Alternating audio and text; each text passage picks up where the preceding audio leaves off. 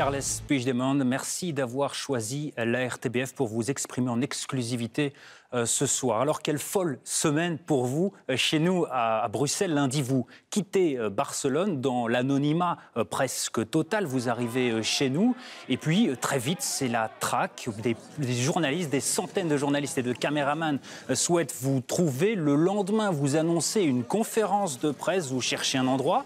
Le Résidence Palace est évoqué, mais vous n'êtes visiblement pas le bienvenu. Alors, avec votre staff, vous cherchez un autre endroit, au Club de la Presse, et on a droit à regarder à cette image tout à fait hallucinante où vous êtes obligé de vous faufiler entre des centaines de journalistes et de caméramans. Une demi-heure de conférence et puis plus rien. Vous disparaissez de nouveau des écrans radars. Certains vous verront bien dans un café, regardez, mais plus de nouvelles. Pourtant, en Espagne, certains de vos anciens ministres sont incarcérés, mis en prison. Hier, le parquet espagnol demande un mandat d'arrêt européen contre vous. Alors, qu'allez-vous faire? Vous livrer à la justice ou pas?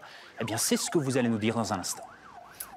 Bonsoir Carles Puigdemont. À l'heure qu'il est, vous êtes considéré comme un fugitif. Est-ce que ce mandat d'arrêt européen, il vous a déjà été notifié?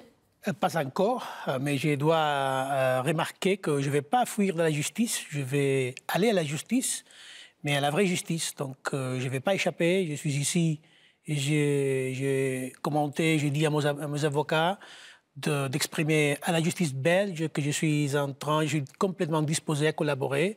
Donc quand vous dites la vraie justice, c'est la justice belge, mais pas la justice espagnole, que vous considérez comme politisée aujourd'hui? Et bien évidemment qu'elle est politisée, parce que vous devez remarquer qu'il y a en moins de 24 heures, mes anciens collègues ont été convoqués à Madrid, en 24 heures. Et l'avocat a eu uniquement 24 heures aussi pour étudier la demande du procureur général. Donc il n'y a pas de garantie. Aujourd'hui, l'avocat de l'ancien membre du cabinet a dénoncé de mes traitements dans le transfert à la prison.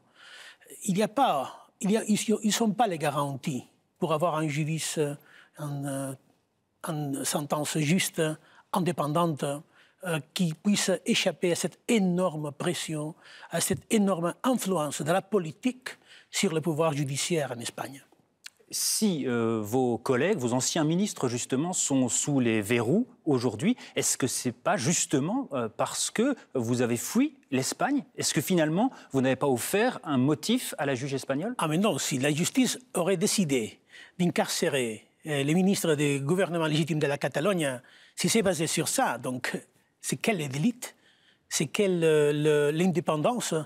Quelles sont les raisons profondes pour mettre à prison ces personnes qui n'ont pas commis aucun crime?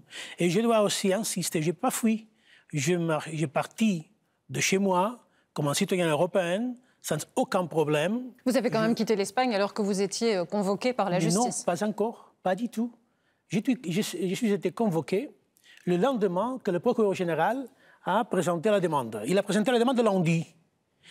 Le mardi, la presse, tout le monde a annoncé que je serais convoqué, mais je ne suis pas été convoqué. Mais une fois convoqué, vous auriez pu retourner. Oui, mais je ne suis pas convoqué. Donc, le mercredi, c'était fait. Donc, le jeudi, je devrais aller à Madrid. Mais qu'est-ce que c'est ça? Qu'est-ce que c'est ça? Il n'y a pas la moindre garantie, la moindre condition pour se préparer bien. Et c'est ça que je vais dénoncer. Et c'est aussi pour aider mes copains qui sont en prison en ce moment-là. Mais au-delà de l'aspect judiciaire, M. Puigdemont, il y en a beaucoup aujourd'hui en Catalogne, y compris parmi vos soutiens, qui ne comprennent pas cette fuite, vous l'appelez différemment, en tout cas ce départ vers Bruxelles. C'est un peu comme si le capitaine quittait le navire pour certains. Vous avez laissé certains de vos ministres là-bas. Vous avez préféré ne pas répondre à la justice espagnole pour le moment. On s'est partagé. On a dit il doit y avoir ce gouvernement que c'est légitime